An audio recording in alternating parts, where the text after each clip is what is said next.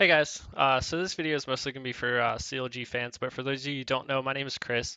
I was head coach at CLG this past split, and I just wanted to talk really quickly about Tony becoming CLG's new head coach. So I'm pretty excited about it. So I see a lot of people kind of questioning whether or not he can do it, specifically his ability to be an authority figure. And I just want to say that as far as CLG goes, like Tony's already an authority figure within that company, within that organization. He's incredibly well respected, and I think that's reflected in the fact that he's still there after 3 years and continually being promoted after 3 years. Like you don't do that unless you respect someone a lot, and unless he already has an authority within the company. And then I think the other half of it is that people seem to be confusing the ability to yell with the ability to be a good coach and a good leader and a good authority figure. And that's just flat out wrong. It's totally misguided. You don't actually have to yell in order to be a good coach.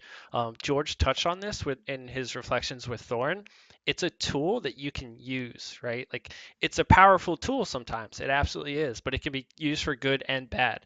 There are good times, or there are a lot of times where it wasn't the right tool to use. I think in the Razor video, for instance, it was a really good tool. It was a good motivational tool to get the guys like up and ready to go and refocused when we were kind of losing focus, right? But I think that you can also use it improperly. There was a time, reviewing my notes from Worlds where I yelled at Peter before a game, and he went on stage and played poorly. And Peter just doesn't play poorly on stage. And as far as like my notes go, the only thing that I could figure out was that yelling at him was the wrong thing to do. It was the wrong tool to use in that situation in order to get him focused before the game. So yelling within and of itself actually isn't that important to being a good head coach. What's important is knowing the tool sets that you have and knowing when to use them, and it's something that Tony is really well set up to do.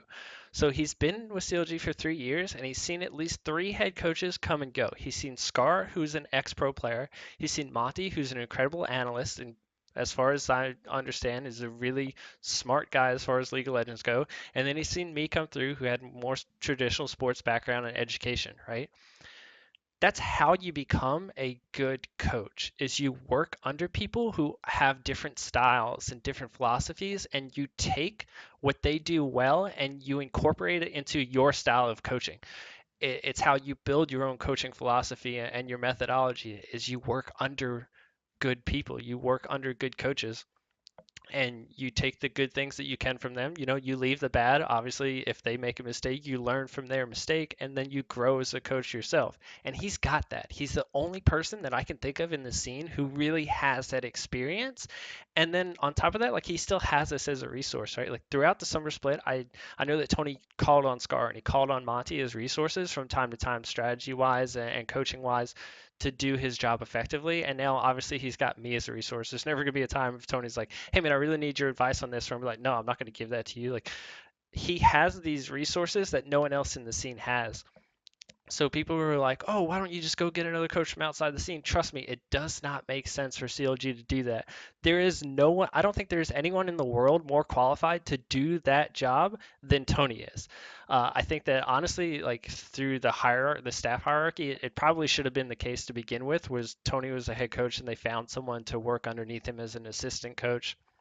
I think it would have taken like a lot of our negative staff interactions out and fixed a lot of problems that we had. And I may still be with CLG had we decided to do that from the start.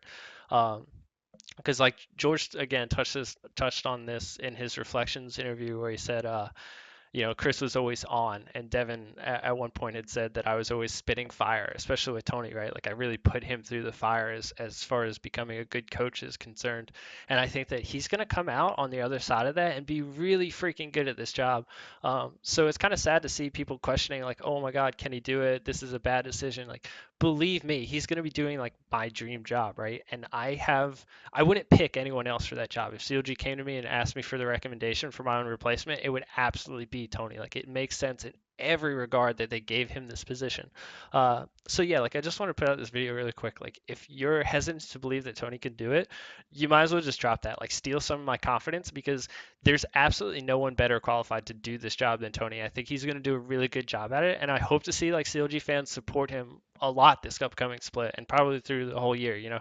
I hope that they really give him the same support and help that they gave me in the job.